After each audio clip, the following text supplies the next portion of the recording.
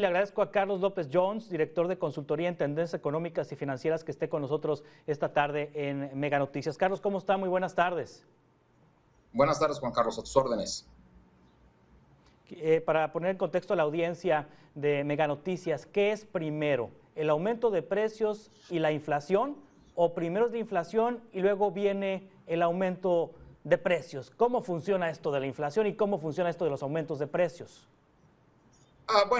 Básicamente el productor ve que la gente demanda más de su producto y en consecuencia empieza a subir el precio del producto, como bien señalaba Elías en su reportaje.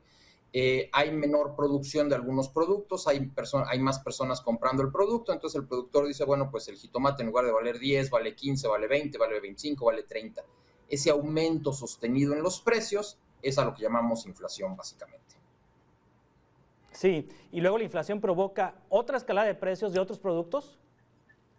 Sí, por supuesto. Ahí vamos viendo qué es lo que está pasando. En el caso de lo que estamos viendo en México, que 2021 lamentablemente va a ser el año con mayor inflación en lo que va de este siglo, por encima de 7%, hay varios factores. Por un lado, en 2019, antes de la pandemia, íbamos más a restaurantes.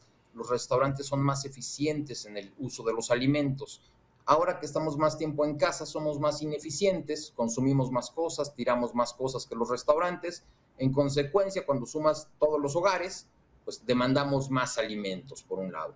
Y por otro lado, el gobierno cometió el grave error de quitar los seguros de producción, lo que era Acerca, y puso precios tope.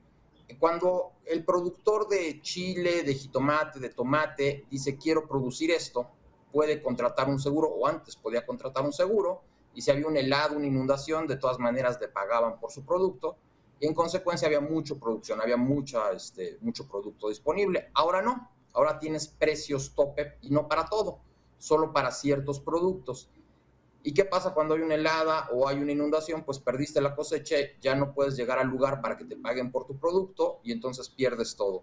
El resultado pues es una menor producción del campo mexicano, por un lado, y por otro lado, importadores le dicen al productor nacional, oye, pues si en México no te dan seguros de producción, yo sí te los doy, pero véndeme a mí la producción. En consecuencia, vemos que están aumentando las exportaciones agropecuarias mexicanas a niveles récord, y en el mercado mexicano nos quedamos con menos producto y eso explica el aumento en los precios que estamos viendo ahorita. Sí, me dice Carlos López Jones, me cita los productos del campo, las frutas, las verduras, los productos que se cosechan. Es aquí en donde está la principal problemática con el aumento de precios, o hay otros productos de carne, hay pollo, pescado, o hay servicios, o hay servicios como el de la electricidad o el del gas, el de los combustibles, que también están coadyuvando a que esta inflación sea la más alta en los últimos 20 años. Bueno, vamos por partes. En el caso de los alimentos de frutas y verduras, el INEGI nos dicen que han subido 17.8% en los últimos 12 meses, por lo que ya platicábamos. En la parte de carnes, los alimentos de ganado tienen que ver con sorgo, trigo, maíz, entonces en cuanto suben los granos forrajeros, pues evidentemente tienen que subir el costo de la carne. De acuerdo con el INEGI, estos productos han subido 12%. En el sector industrial, lo que vemos es lo siguiente. En 2019, China tenía una cierta cantidad de producción, Estados Unidos igual. Hacia 2020 se cae la producción de ellos, se caen los precios. Y ahora en 2021, tanto China como Estados Unidos, que son los principales fabricantes de todo en el mundo, pues ya están por encima de 2019. México todavía nos falta un poco para regresar a como estábamos en 2019, pero los principales productores de todo en el mundo, China y Estados Unidos, ya están por encima, ya están demandando más gas para toda su producción. En consecuencia, están subiendo los precios de todos los productos industriales y evidentemente eso también le está pegando a la inflación en México. Sí es una situación mundial esto de la inflación y está motivado también por las consecuencias que ha tenido la pandemia o por la pandemia que hemos vivido en 2 años en el mundo, en nuestro planeta. Carlos, ¿qué puede hacer un país como México para frenar la inflación? ¿Hay acciones locales que pudieran contribuir a frenar esta andanada de aumentos en los precios de los productos? Sí, por supuesto. Primero señalar que no es lo mismo la inflación de 7% de México que el 3% de China, que el 4% en Europa, que el 5% en Estados Unidos. Nuestra inflación es muy, muy elevada porque México consume una gran cantidad de alimentos y, como te decía, nuestra producción de alimentos cayó. ¿Qué debería de hacer México? Bueno, en el sector de alimentos tendríamos que dejar atrás las ideas estas de los precios tope y regresar a un sistema de seguros para la producción, en primer lugar. Y para el sector industrial lo que tenemos que hacer es aumentar la cantidad de electricidad disponible y lograr usar tecnologías más baratas. Hoy, por decirte algo, el kilowatt hora que se produce con gas de electricidad cuesta 1 peso con 20 centavos. Si lo produces con combustóleo son 3 pesos, si lo produces con carbón son 4 pesos, pero si lo produces con sol son 30 centavos. ¿Qué debería de hacer México? Impulsar las energías renovables para que entonces la CFE pudiera comprar esta energía en 30 centavos y no subir el precio de la electricidad. Una mala noticia es que el presidente firmó un acuerdo cuando llegó a la presidencia y dijo, a partir de ahora la luz no va a subir más allá de lo que suba la inflación en noviembre.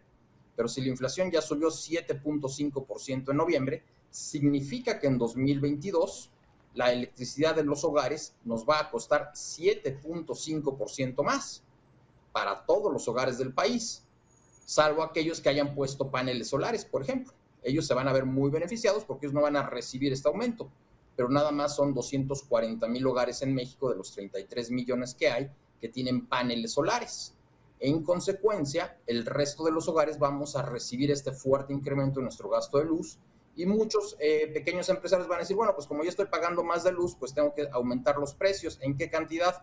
Pues en la misma cantidad en la que me están aumentando la electricidad. Entonces ahí tienes un efecto secundario de segundo orden, como le llamamos, cuando el precio de algo provoca el aumento de algo más. Vas a llegar a la peluquería, vas a llegar con el plomero, le vas a decir, oye, ¿por qué me subió? Pues porque me subió la luz. Y tú vas a decir, pues sí, efectivamente, a todos nos subió la luz 7.5% más. Y te digo, la solución cuando tienes un problema de inflación es aumentar la oferta, hacer que los productores del campo produzcan más, tener más electricidad disponible, cada vez más barata, y con eso tus costos en lugar de subir bajan y de esa manera frenas la inflación. Sí, hoy que el tema de la gubernatura del Banco de México se hizo polémico por el nombramiento que hizo el presidente Andrés Manuel López Obrador y que fue ratificado por el Senado de la República, ¿puede hacer algo el Banco Central, el Banco de México, para frenar la inflación? ¿Hay alguna política monetaria que pueda implementar? Sí, por supuesto. Lo que hace la política monetaria es que subes la tasa de referencia, con eso subes la tasa de los CETES, también subes la tasa de los créditos, y lo que provocas es que la gente diga, me sale muy caro pedir prestado, ya mejor ya no compro eso. O dejo de invertir porque mejor meto mi dinero al banco. Hoy la tasa de referencia está en 5%, esperamos que suba el próximo 16 de diciembre a 5.25%, pero debería de estar por encima de la inflación. Te doy un dato. En 2017, cuando la inflación andaba sobre 6.5%, Banco de México subió la tasa hasta 8.5%, diciéndole a las personas, deja tu dinero en el banco, no pidas prestado, y cuando reduces la demanda de bienes, pues necesariamente bajan los precios. Ese es el objetivo.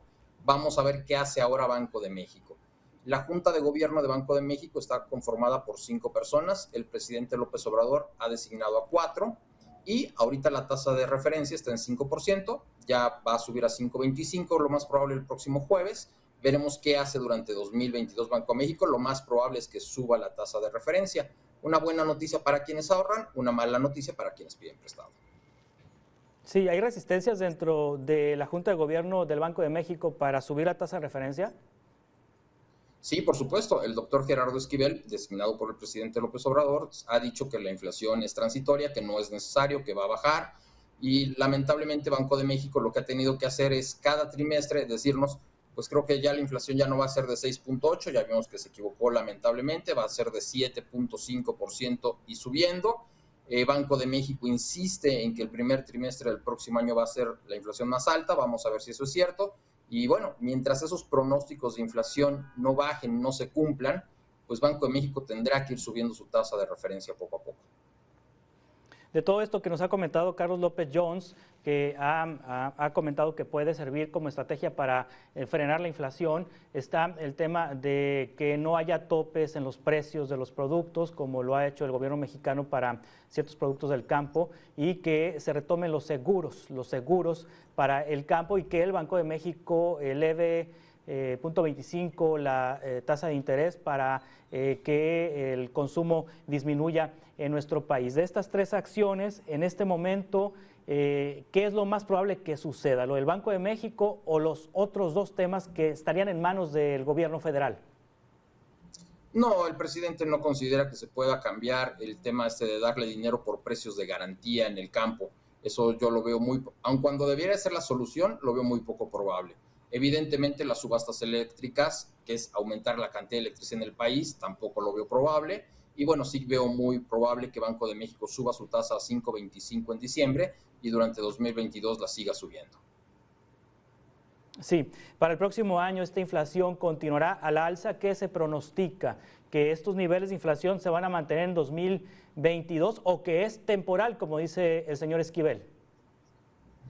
Nosotros estimamos que va a bajar un poco el aumento de precios, es decir, si ahorita el tomate está en 35 pesos, ya no vemos que suba a 60 o a 70 pesos, sino que se mantenga entre los 35 y los 38.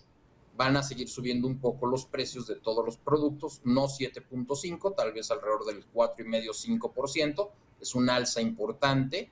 Y por el otro lado, no vemos que todos los salarios de todas las personas vayan a subir 7.5%.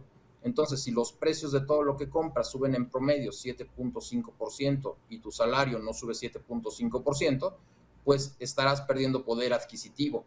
Lo que vamos a ver es que las amas de casa ya no van a comprar 5 o 6 días a la semana carne, ya no van a comprar 1 kilo, sino que van a comprar 800 gramos.